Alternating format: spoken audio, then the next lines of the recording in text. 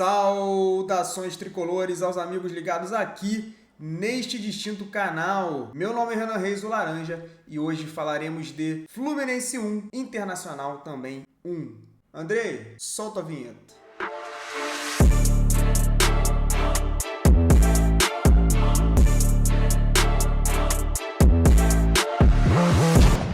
É isso, meus amigos. Vamos analisar essa primeira partida do Mano Menezes como treinador do Fluminense. E nós vamos ver aqui que já nesse primeiro jogo o Mano conseguiu implementar algumas de suas ideias. E a primeira delas está relacionada à nossa saída de bola. Na coletiva que ele deu quando foi apresentado, ele já adiantou que mudaria a nossa saída, nós romperíamos com aquela primeira fase de construção dinizista, e de fato ele conseguiu fazer isso. Não necessariamente funcionou em todas as vezes, mas agora nós temos aqui um padrão diferente, e é justamente esse padrão que eu quero mostrar aqui para vocês. O Fluminense, pessoal, fez uma saída que nós chamamos de 4+1, ou seja, é uma saída com a linha defensiva mais o primeiro volante. Os zagueiros saem com a bola, os laterais dão amplitude e o primeiro volante, que é aqui o André, ele ocupa sempre as costas da primeira linha de pressão do adversário. Além disso, conforme a jogada vai se desenrolando, o meia do lado da bola baixa para dar apoio. Então, aqui no caso, o nosso meia esquerda era o Alexander, ele vai baixar para dar apoio. A jogada ali acaba terminando num lateral, mas a gente vê que é uma ideia bem clara. Mais uma vez, pessoal, saída de 4+1. Agora ela vai ser ali pelo lado direito. E aí quem vai baixar? O Martinelli, que é o meia, que era o meia direita na ocasião. Outra coisa interessante, pessoal, o Mano Menezes, durante essa saída, ele prendia 3 jogadores na última linha do Internacional. Então, o Keno ficava aqui pelo lado esquerdo, o Cano pelo corredor central e o Ganso lá pelo lado direito. Ele realmente prendia 3 jogadores aqui na última linha do Internacional, justamente para segurar a última linha do nosso adversário. A gente vai ver aqui que o Martinelli aciona o Ganso, a jogada se desenrola. E essa era a ideia, saída de 4+1 com o volante do lado da bola baixando para dar apoio. A gente vai ver aqui mais uma vez, ó. Martinelli desce para dar apoio, a jogada vai para o outro lado e quem desce para dar apoio é o Alexander. Então aqui a gente já vê que existe um padrão nessa saída de bola do Mano. Se vai dar certo ou se vai dar errado, só o tempo dirá, mas ele rompe com aquela saída do Fernando Diniz. E aqui, né, pessoal, aquilo que eu falei, Keno, Cano e Ganso aqui na última linha da equipe do Inter. Outra mudança que nós vimos foi a postura do Fluminense na marcação.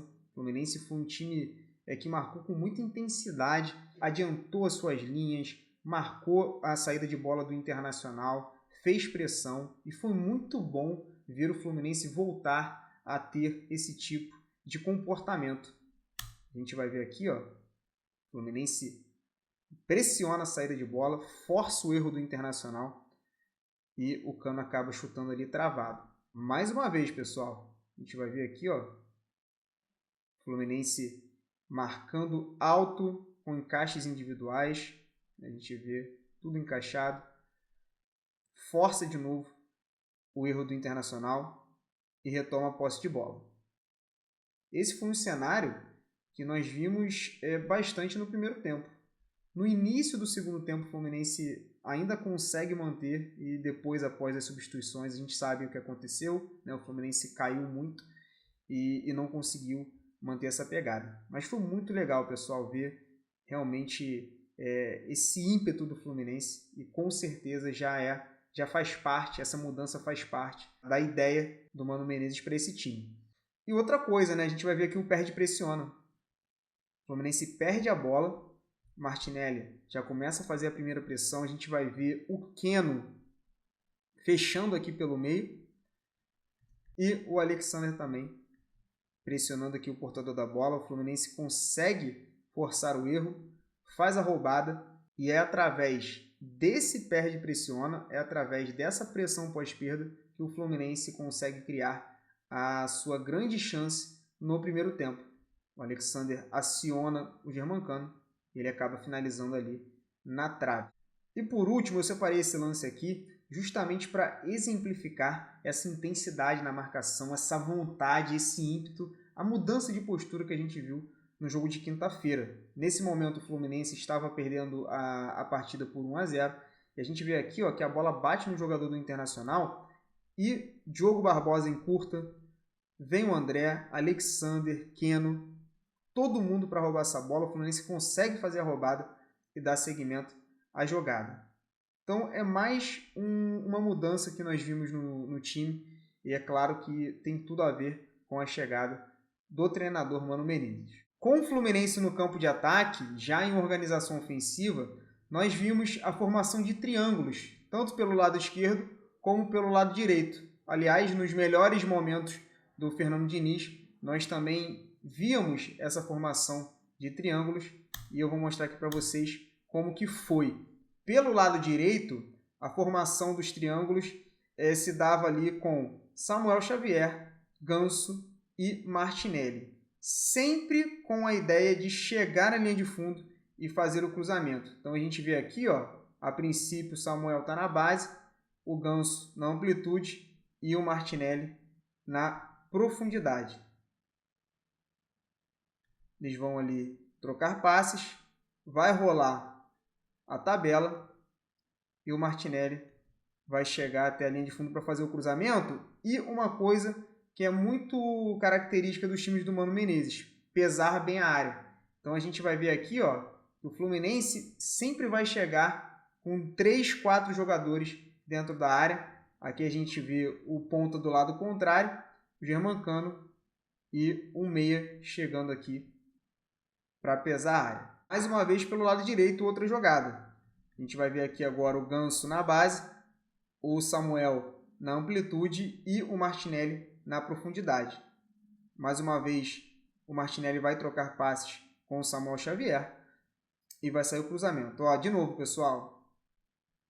Ponta do lado contrário, centroavante, meia. Mais uma vez a gente vê aqui o Alexander chegando e o Martinelli também aqui dentro da área. Sai o cruzamento, o Keno ganha ali na cabeça, mas a jogada não é tão perigosa assim. Mais uma jogada que a gente vê aqui pela direita, formação daquele triângulo, Ganso, Martinelli e Samuel Xavier. A jogada não evolui por ali, o Fluminense vai fazer a inversão e agora nós vamos ver a formação de outro triângulo pelo lado esquerdo.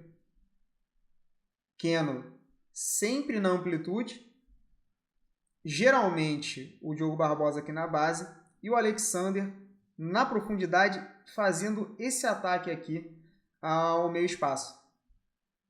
Aliás, o Keno pegou muitas bolas nesse jogo pelo lado esquerdo, até conseguiu em algumas oportunidades bater o marcador, mas ele acertava em uma ação e errava logo na ação seguinte, não conseguiu dar seguimento aos lances do Fluminense.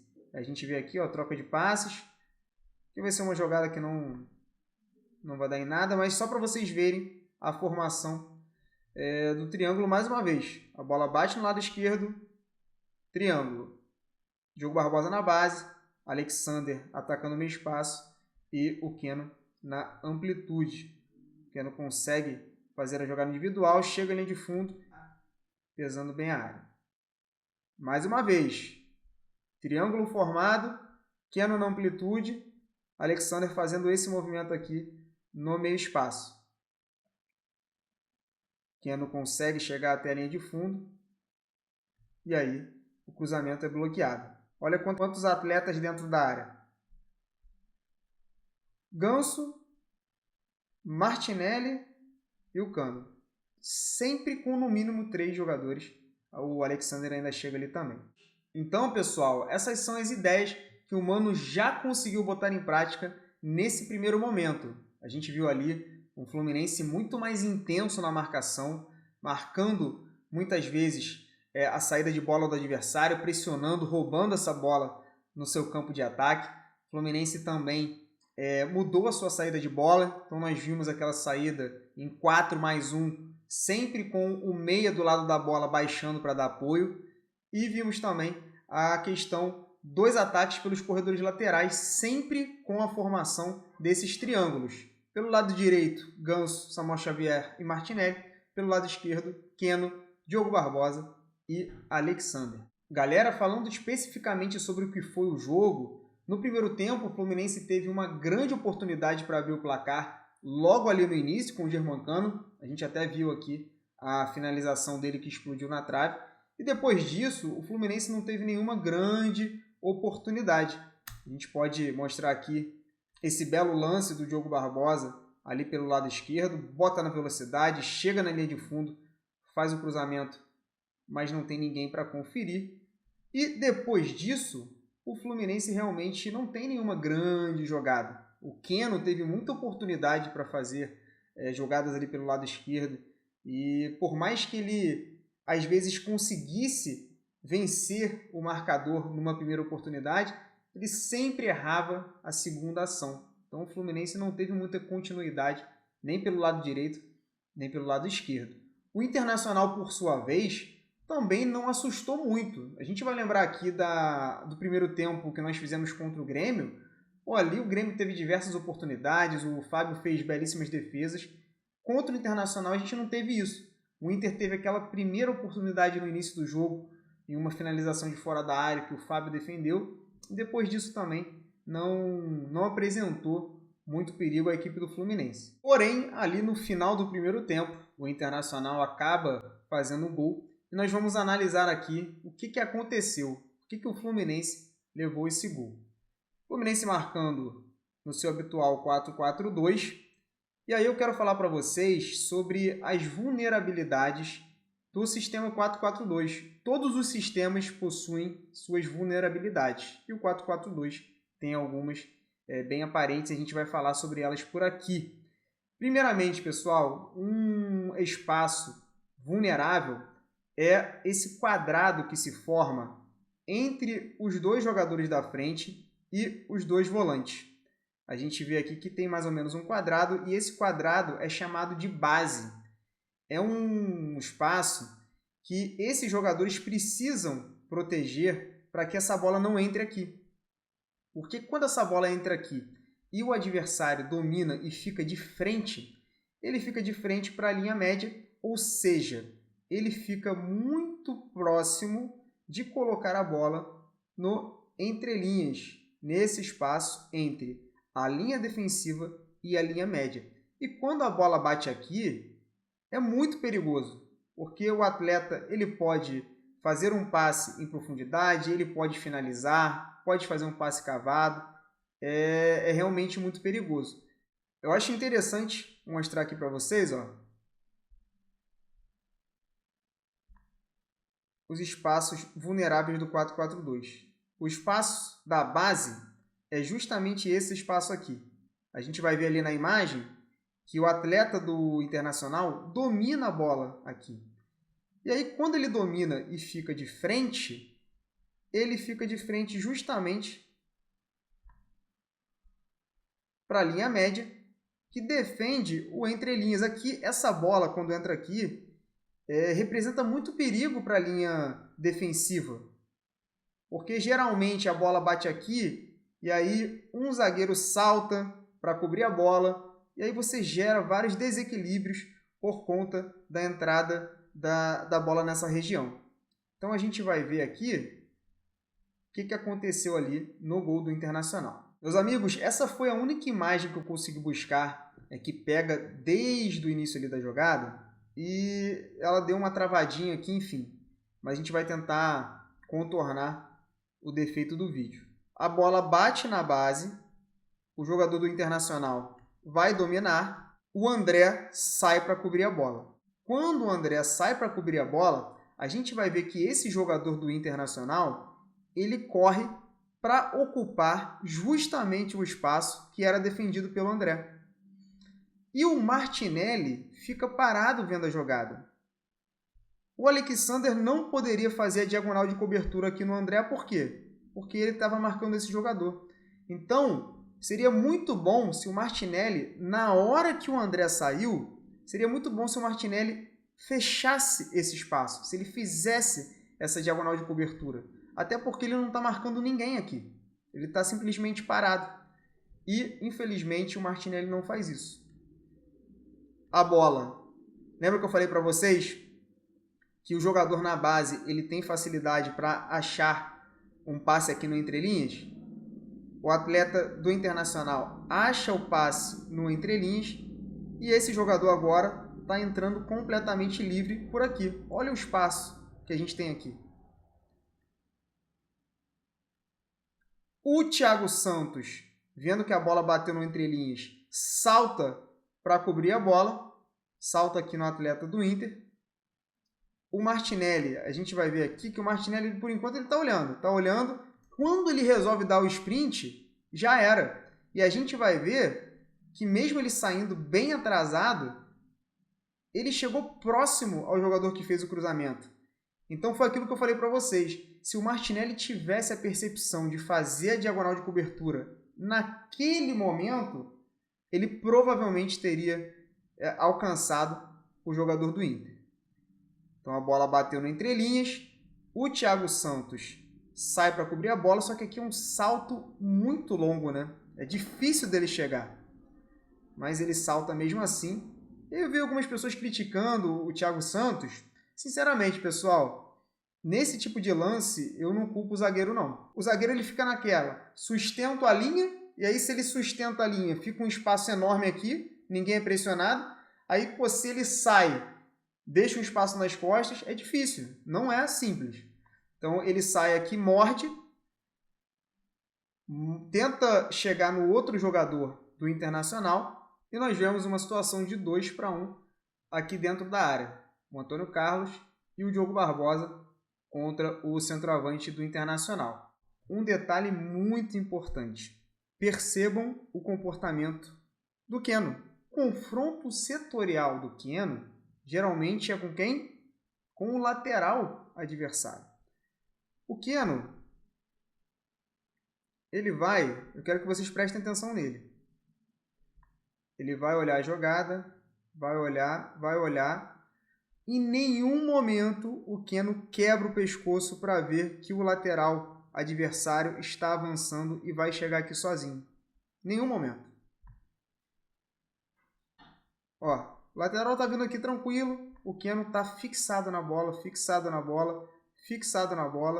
O Diogo Barbosa, ele está fazendo certo, porque como o Thiago Santos saiu, ele tem que fechar aqui com o Antônio Carlos, ele está certinho. Então, o Keno, ele tem que ficar de olho nesse lateral, gente. E a bola vem. Ó o Keno. Só fica olhando. O Diogo Barbosa, quando sai, já não consegue impedir a finalização. E aí sai aí uma pancada, né? O cara nunca mais vai acertar esse chute na vida, coisas que só acontecem com o Fluminense. Então é importante a gente ver aqui os detalhes do gol.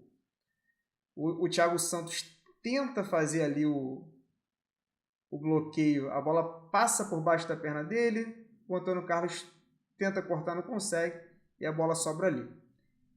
Vocês perceberam todos os desequilíbrios que aconteceram? A bola entra na base, André salta, Martinelli não faz a diagonal de cobertura, bola bate no entrelinhas, Thiago Santos sai para cobrir a bola, o jogador recebe aqui sem pressão, Martinelli está atrás, o Keno não acompanha o lateral, ele nem vê que o lateral está passando por aqui, e a bola acaba chegando no lateral do Internacional e sai o gol. Quero que vocês vejam a reação do Diogo Barbosa reclamando com o Keno. Olha só o Diogo Barbosa. Reclama bastante com o Keno porque realmente o Keno dormiu ali na jogada lá. Tá falando, tô com 2, pô. Então, são muitos detalhes ali que culminaram no gol do Internacional. E o Keno, esse ano, ele tem tido muita dificuldade na recomposição e tem tido muita dificuldade em ler as jogadas. Essa não é a primeira vez que o Keno faz isso. Então é uma coisa que ele precisa evoluir, precisa melhorar, que acabou comprometendo ali e contribuindo para o gol do nosso adversário. E o Fluminense, mesmo levando um gol ali no final, acaba fazendo o gol de empate ainda no primeiro tempo. A gente vai dar uma olhada aqui no que aconteceu. Ataque pelo corredor lateral esquerdo, formação do triângulo entre Diogo Barbosa, Alexander e Keno. A gente já tinha visto isso. O Fluminense tenta jogo por ali, não consegue, vai botar a bola ali na direita. E aquilo que eu falei para vocês, vários jogadores pesando a área. Sai o cruzamento, a gente vê Alexander, Cano, Martinelli, Ganso, todo mundo ali dentro. Sai a segunda bola, o Fluminense fica com ela. E aí o Ganso, que estava dentro da área, vai baixar aqui para dar apoio. Ele é um jogador que tem muita liberdade para flutuar, né? Realmente o nosso meio ali.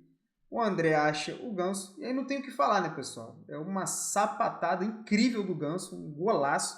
O Ganso, ele agora descobriu que sabe chutar, né? Porque ele fez um golaço contra o Atlético Goianiense e fez isso aqui contra o Internacional. A bola pega uma curva ali, fantástica, e mata o goleiro adversário. Então o Fluminense consegue um empate antes do término do primeiro tempo. Na segunda etapa, nós vimos o Fluminense começando com aquele mesmo ímpeto. O Fluminense atacando o Internacional, ó, bola no corredor lateral direito, aquela formação de triângulo, sempre tentando esse cruzamento para a área. O Samuel Xavier tenta o cruzamento e a jogada segue. Fluminense, pessoal, conseguiu pelo menos ali, ó, grande bola do Thiago Santos, né? Aliás, o Thiago Santos fez uma boa partida. Bola no corredor lateral direito de novo, sai o cruzamento e aquilo que eu falei para vocês, ó. 1, 2, 3 e o Ganso chegando ali dentro da área. O Fluminense sempre com muitos jogadores esperando os cruzamentos. Aqui a gente vê mais uma vez aquele padrão na saída de bola. 4, 1 e o meia do lado da bola baixa para dar apoio. O Fluminense circula a bola, vai para o corredor lateral esquerdo. Quem baixa para dar apoio? Alexander. E o Fluminense vai tentando jogar. E uma coisa que foi muito importante, ó, mais uma vez, mais uma virada de bola do Thiago Santos. Eu acabei de mostrar para vocês uma virada dessas, ele deu outra e a gente vê que o Fluminense balança o Internacional, joga o bloco deles para um lado, para o outro, e aí quando eles ficam de um lado, o Fluminense inverte essa bola e consegue achar aqui o corredor livre. Então, uma jogada importante, interessante do Fluminense. Aqui, em vez do Martinelli compor o triângulo e atacar o meio espaço, ele já vai tentar atacar a área. E o Fluminense, mais uma vez, faz o cruzamento. Então, estou mostrando essas jogadas para vocês, para a gente ver que era uma ideia muito clara do Fluminense. Essa questão dos triângulos pelos lados e os cruzamentos para dentro da área. Pela esquerda também, ó, novamente, formação do triângulo. O Keno tenta a jogada individual, chega ali de fundo e o cruzamento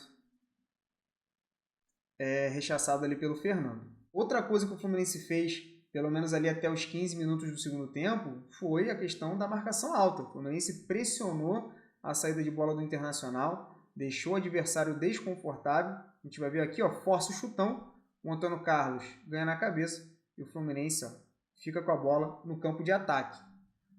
A gente vai ver algumas jogadas assim, ó. Mais uma vez, ó, o Fluminense sobe a marcação, pressiona a saída de bola do Internacional, deixa o adversário desconfortável, consegue a roubada da bola.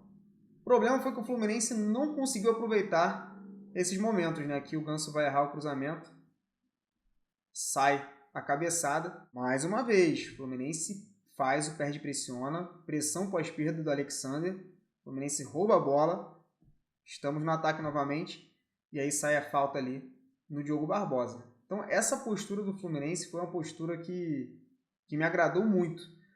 E na grande chance do Fluminense, digamos assim, no segundo tempo, o Fluminense pouco finalizou.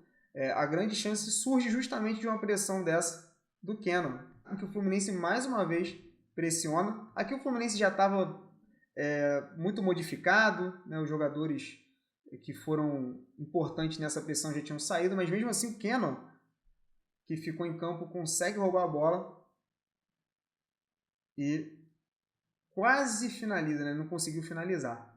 Enfim, então foi uma coisa muito importante no primeiro tempo e em parte do segundo. Depois, pessoal, o Fluminense cansa, ali dos 15 para os 20, o Fluminense cansa, o Mano Menezes precisa mexer e a partir do momento em que ele faz as substituições, o Fluminense morre em campo. O Fluminense foi muito prejudicado pelas peças que entraram. Douglas Costa entrou muito mal, Gabriel Pires entrou muito mal, John Kennedy entrou mal, e aí o nosso nível caiu realmente. O Fluminense não jogou bem a partir dali. A grande chance do Internacional no segundo tempo surge de uma cobrança de escanteio. Eles fazem um 2 contra 1 aqui. A gente vê o Antônio Carlos e o Thiago Santos protegendo essa entrada da pequena área, o Diogo Barbosa protegendo a região do segundo pau e o Martinelli nesse atleta aqui. Olha o que acontece, pessoal. A bola chega até aqui. O Antônio Carlos está ocupado com esse jogador, se não me engano é o Alário. O Diogo Barbosa vai dormir na jogada. Porque o Antônio Carlos está aqui, o Diogo Barbosa ele tem que fechar esse espaço aqui. Ele dorme, o jogador do Internacional acaba cabeceando. Aliás, o Martinelli larga completamente o jogador do Inter aqui também, né? Enfim. Mas sai o cruzamento, o Diogo Barbosa não chega. Esse jogador aqui dá uma encostadinha na bola e ela vai diretamente na trave. Esse foi com certeza o maior lance de perigo do Internacional. E aqui é o início do fim, né, pessoal? A atuação do Fluminense termina aqui. Assim que o Douglas Costa entra, o Fluminense acaba. E é impressionante como que não é sombra do jogador que já foi. Realmente, o tempo passa. E logo na primeira jogada do Douglas Costa, que foi a primeira jogada dele, ele vai dominar, ele vai para o local, para o pior local, né? Porque aqui ele tem que dominar orientando um pouquinho para cá e ele vai ficar com o campo inteiro. Ele vai poder acionar o André aqui, vai poder acionar o outro jogador que estava ali mais na frente, o Martinelli, mas não. Ele acaba indo para o espaço em que ele estava mais pressionado e perde a bola. Aliás, foi nesse lance que o Thiago Santos leva o cartão amarelo. Aqui, mais uma vez, ele tenta a jogada, tenta um passe, erra o passe, sai o contra-ataque do Internacional. Eles chegam até a finalizar. O Gabriel Pires entra também e entra muito mal. Impressionante como o Gabriel Pires entra. A gente vai ver aqui, mais uma jogada do Douglas Costa, ele erra, sai o contra-ataque do Internacional. É impressionante como o Douglas Costa conseguiu errar tudo que ele tentou. Mais uma vez, perde a bola, sai o contra-ataque da equipe do Internacional. E aqui, pelo menos, ele volta e consegue desarmar o jogador do Inter. E não acabou, é impressionante. A bola vai batendo. Isso daqui irritou muito a torcida. O Fluminense empatando 1-1, né, afundado na zona do rebaixamento para jogar sério. Ele tenta um toquinho de calcanhar para trás, erra, mas o contra-ataque do Inter e aí o Douglas Costa para a jogada. Então a gente vê que foi uma sucessão de erros. A bola bate no pé do Gabriel Pires, ele faz o giro, erra o passe. Então eu trouxe essas jogadas aqui para vocês verem como que o time do Fluminense leva o drible ainda e vai sair o chute de fora da área. Como que o Fluminense morreu depois das substituições, porque os jogadores entraram muito mal. Mais uma jogada. O Gabriel Pires tenta o lançamento, erra, pega a bola vai sobrar para o Douglas Costa, ele erra o lançamento de novo. Então isso daqui é importante, porque o Mano ele precisa olhar para o que aconteceu na quinta-feira. E o Mano claramente estudou o Fluminense, né? Ele viu as partidas anteriores. Então ele precisa entender que no momento não dá para a gente contar com o Douglas Costa. Não dá para a gente contar com o Gabriel Pires. são atletas que estão atrapalhando o Fluminense. E aqui o meu objetivo não é pegar no pé de jogador A, jogador B, não é. Mas a gente precisa falar a verdade. E esses jogadores estão atrapalhando o Fluminense. O John Kennedy é outro jogador que entrou mal e ele precisa tomar uma decisão na vida dele. Se ele realmente vai querer esse jogador ou se não vai. Porque a gente sabe que a falta ali, não falta qualidade para o John Kennedy. A gente precisa dele nesse momento. E ele também vem entrando mal. Então é preciso que o Mano veja o que aconteceu na quinta para que ele tome as decisões corretas já na próxima partida. É isso aí, meus amigos. Espero que vocês tenham gostado de mais essa análise. Segunda-feira estaremos aqui no canal novamente para fazer a análise do jogo entre Fortaleza e Fluminense. Espero que em alto astral, comemorando aí a vitória do Flusão. Valeu, grande abraço, saudações tricolores e até mais.